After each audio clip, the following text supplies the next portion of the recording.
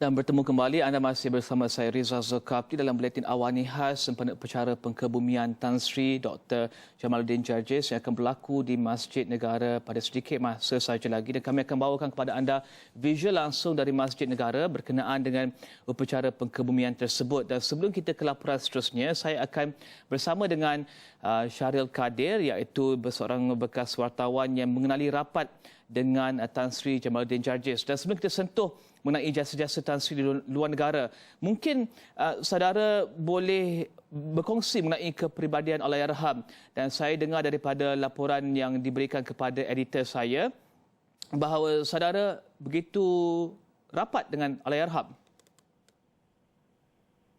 Halo Syahril. Halo, ya. Assalamualaikum. Waalaikumsalam Syahril. Ya. Mungkin Syahril.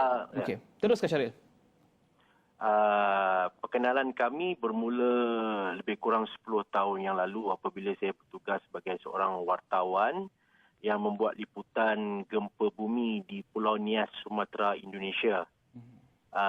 Ketika itu Allahyarham adalah Menteri di Musti yang bertanggungjawab terhadap sistem amaran awal, tsunami dan sebagainya.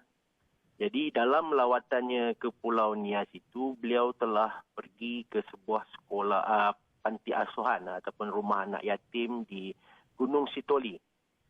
Di sanalah beliau sangat tersentuh dengan kehidupan dan kesengsaraan anak-anak yatim di situ. Dan sejak itu, hampir setiap tahun sejak 10 tahun yang lalu, beliau akan menghubungi saya terutama menjelang hari Lebaran untuk menyampaikan zakat pribadinya kepada anak-anak yatim di situ. Ya. Okey. Dan saya kira ini adalah tentunya masa yang sukar untuk Syahril kerana mengenali Allahyarham, dan kami mengucapkan takziah, tapi saya rasa kami ingin berkongsi kepada penonton di luar sana tentang kepribadian Allahyarham. Dan saya dengar daripada rakan-rakan wartawan dan juga editor di Bilik Berita menyatakan bahawa Allahyarham memang rapat dengan wartawan dan memang senang untuk bercakap dengan wartawan, tidak loket maklumat bersama dengan wartawan. Mungkin bagaimanakah kita sebagai warga Malaysia boleh memperingati Allahyarham? Apakah kenangan-kenangan baik yang mungkin boleh dikongsikan lagi oleh Syahril Kadir kepada penonton di luar sana? Ya, bila bercakap dalam ruang lingkup kewartawanan, Tan Sri Jamaluddin ini boleh dikatakan antara pemimpin kerajaan yang sangat mudah didekati, sangat mudah dihampiri dan mempunyai ilmu dan pengalaman yang cukup tinggi. Ini memudahkan kami melakukan sebarang tugasan yang memerlukan kita merujuk pada pihak kepimpinan tertinggi negara. Ini dibuktikan lagi apabila pemilihannya sebagai duta di Amerika Syarikat. Walaupun beliau ketika itu banyak menghabiskan masa di luar negara, namun beliau sebagai seorang yang sangat celik IT telah membuat pelbagai perancangan, termasuklah Skype di kalangan pengundi, di Rompin, di kawasannya, sehingga kan ketidakhadiran beliau itu tidak dirasakan, seolah-olah beliau sentiasa ada bersama-sama.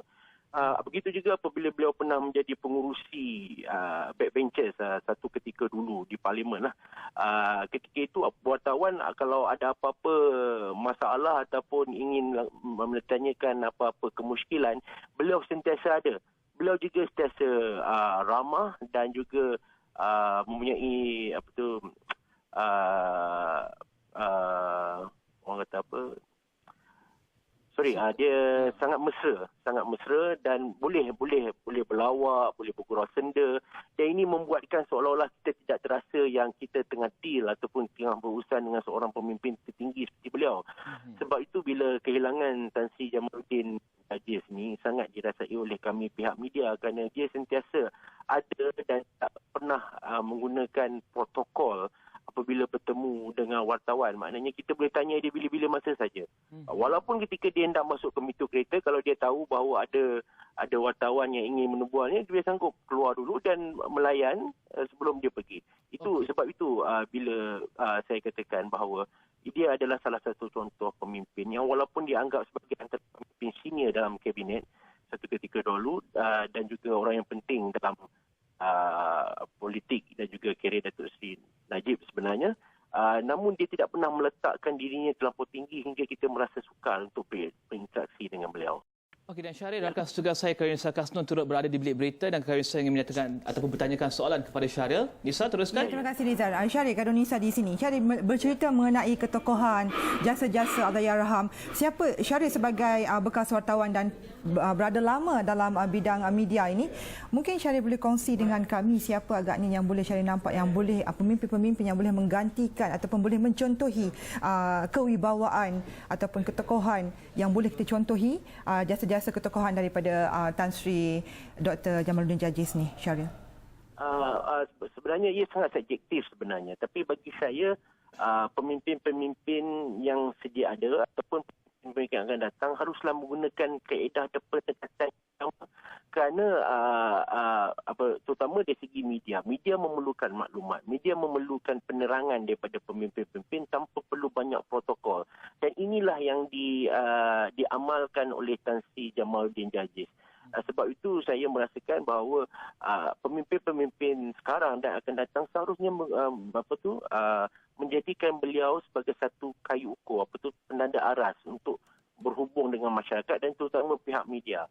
Beliau mengenepikan segala kedudukan istimewa yang beliau miliki. Dan beliau boleh bekerjasama walaupun sebagai duta berada jauh beribu batu daripada Malaysia, walaupun sebagai duta Amerika Syarikat, tetapi kehadirannya itu bila diperlukan dia sentiasa ada. Kalau dia tidak boleh berhubung secara fizikal, dia menggunakan Skype, menggunakan telefon bimbit, maknanya dia sentiasa ada. Itu memudahkan kerja dan ini adalah satu perkara yang patut dicontohi oleh semua pihak lah bagi saya. Okey, terima kasih Syaril Kadir kerana berkongsikan maklumat kepada kami berkenaan dengan kepribadian dan juga hidup Allahyarham Tan Sri Dr. Jamaluddin Jarjis.